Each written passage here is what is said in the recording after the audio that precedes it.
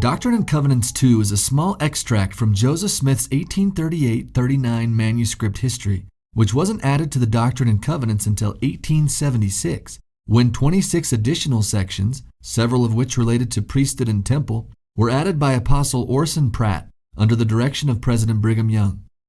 In fact, at the same time this section was added, which contains a prophecy of the return of Elijah, D&C 110 was also added, which records the fulfillment of that prophecy when Elijah appeared in the Kirtland Temple. This section contains the angel Moroni's rephrasing of one of several Old Testament prophecies he quoted to 17-year-old Joseph Smith when he visited him in his bedroom at his Palmyra log cabin home on the evening of September 21st, 1823. Here's the backstory. It had been 3.5 years since Joseph Smith's first vision, and he had been repenting that evening.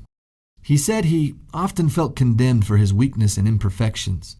So he betook himself to prayer and supplication to Almighty God for forgiveness of all his sins and follies, and, he said, also for a manifestation to me that I might know of my state and standing before him, for I had full confidence in obtaining a divine manifestation, as I previously had one. As he prayed, his room filled with light, and an angel of God who introduced himself as Moroni appeared at his bedside hovering in the air. Moroni told Joseph that God had a work for him to do, which apparently had something to do with some golden plates buried in a hill nearby, together with some seer stones God had prepared for translating the book, as well as something about helping to fulfill a bunch of Old Testament prophecies. In his history, Joseph mentions 5 Old Testament verses quoted by Moroni, while a few years later Joseph's close friend Oliver Cowdery mentioned several additional verses quoted that evening. D&C 2 is simply Moroni's version of one of those many passages shared that evening, Malachi 4, verses 5 and 6, the last chapter and last verses of the Old Testament.